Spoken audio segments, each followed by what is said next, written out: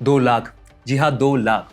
अजीत पवार की पत्नी सुनेत्रा पवार को मिल रही ये लीड है। किसी विधानसभा में टोटल गिरे वोट नहीं। 28 जनवरी का वो दिन था।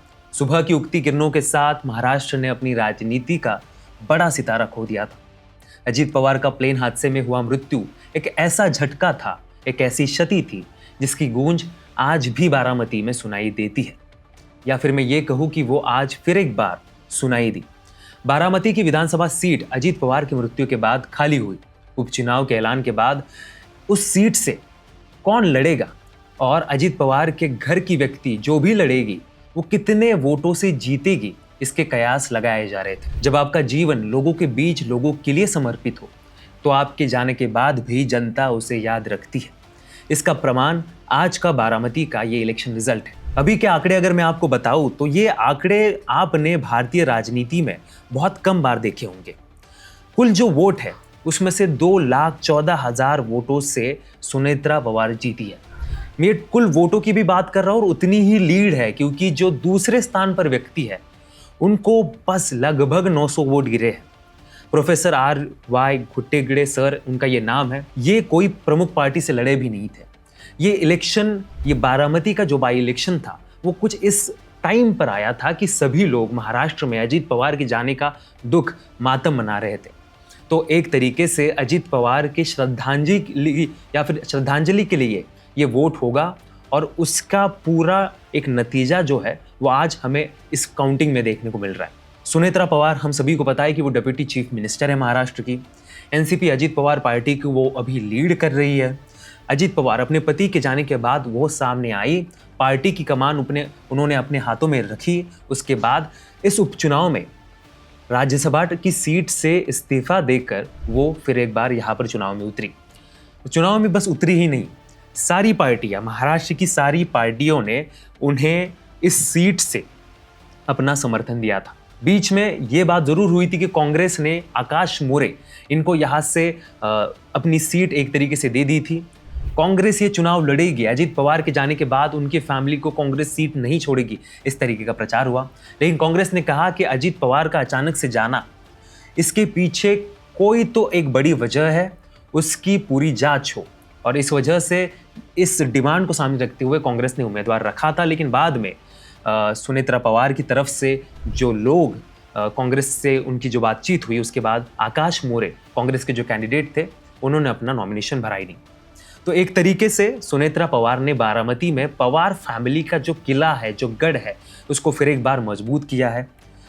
देश की राजनीति में ऐसा रिजल्ट, ऐसा नतीजा आपने बहुत कम बार देखा होगा कि जो कुल सारे कैंडिडेट्स थे उनको मिलाकर भी 1% वोट नहीं हो रहा है। तो ये एक तरीके से सुनेत्रा पवार के लिए अजीत पवार ने क्या काम लोगों के लिए किया था और बारामती के जनता के लिए क्या काम किया था, उसकी एक तरीके से रिसीप्ट जो है वो आज उन्होंने दे दी है।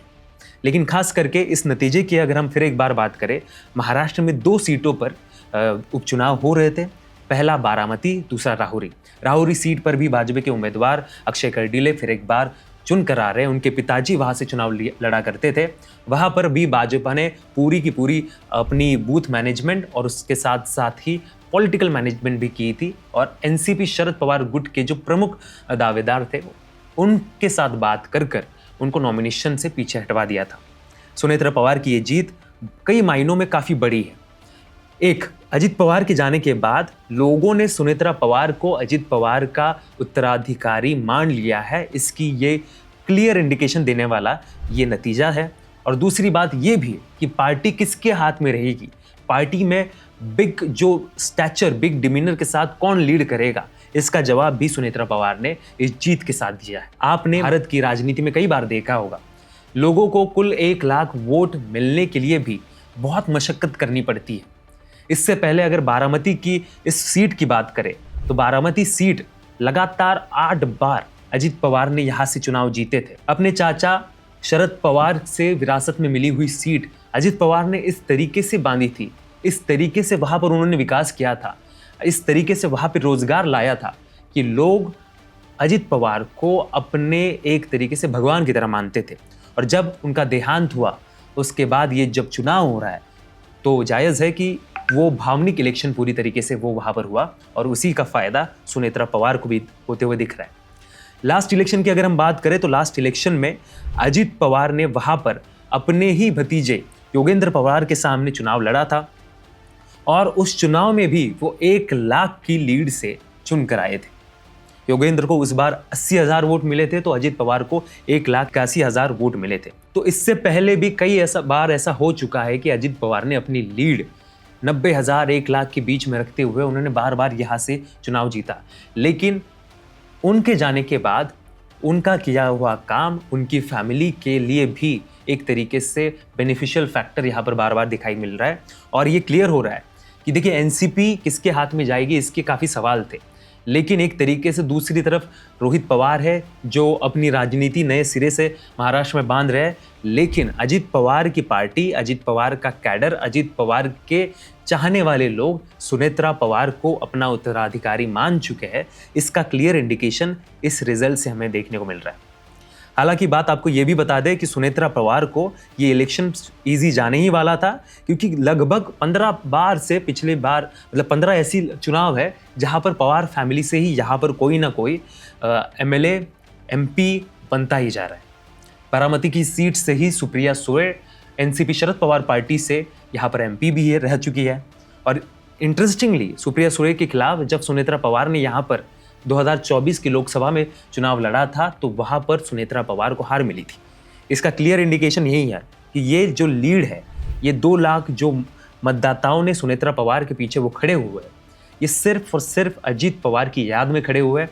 अजित पवार को एक वोट के तौर पर दिए जाने वाली श्रद्धांजलि के तौर पर भी ये सामने दिखाई दे रहा है। हालांकि ये बात कई लोग क्रिटिक्स भी कह रहे थे कि डेमोक्रेटिक प्रोसेस को या फिर लोकतंत्र में चुनावी प्रक्रिया को किसी के जाने के बाद उसका एक मातम मनाते हुए मनाना या फिर एक तरीके से किसी सीट को किसी फैमिली की जागीर कोशिश करना कितनी सही बात होती है या फिर नहीं। लेकिन जब उस फैमिली ने, उस व्यक्ति ने कुछ ऐसा काम किया हो कि बारामती पुणे के नज़दीक भी है और पुणे जैसा हब भी बनते हुए देखने को मिल रहा है, एआई इंस्टीट्यूट हो जाए, वहाँ पर जो सारी स्कूल्स कॉलेजेस हो सकती है, वहाँ पर एग्रीकल्चरल जो रिवॉल्यूशन एक तरीके से वहाँ पर उन्होंने देखा, बड़े बड़े उद्योगपति वहाँ पर आते हैं, वहाँ पर पवार फैमिली उनको लाती है, नई रोज़गार की एक तरीके से पूरी तसल्ली वहाँ पर की जाती है कि लोगों को उसी जगह पर रोज़गार भी मिले, वहाँ पर उनकी ग्रोथ हो। और उसी वजह से, क्योंकि इस तरीके के नतीजे आपको ना दमन की वजह से आ सकते हैं, ना मसल पावर की वजह से आ सकते हैं, ना पैसे की वजह से भी नहीं आ सकते। ये सिर्फ और सिर्फ गुडविल के नतीजे होते हैं और वो नतीजा आज हमें बारामती में देखने को मिल रहा है। मैं अभय, आप देखते रहिए one India news Hindi. West Bengal, Tamil Nadu, Kerala, Assam, सारे नतीजों के बिल्कुल एनालिसिस आपको इस चैनल में देखने को मिलेंगे। देखते रहिए न्यू अपडेट्स के लिए। Subscribe to One India and never miss an update. Download the One India app now.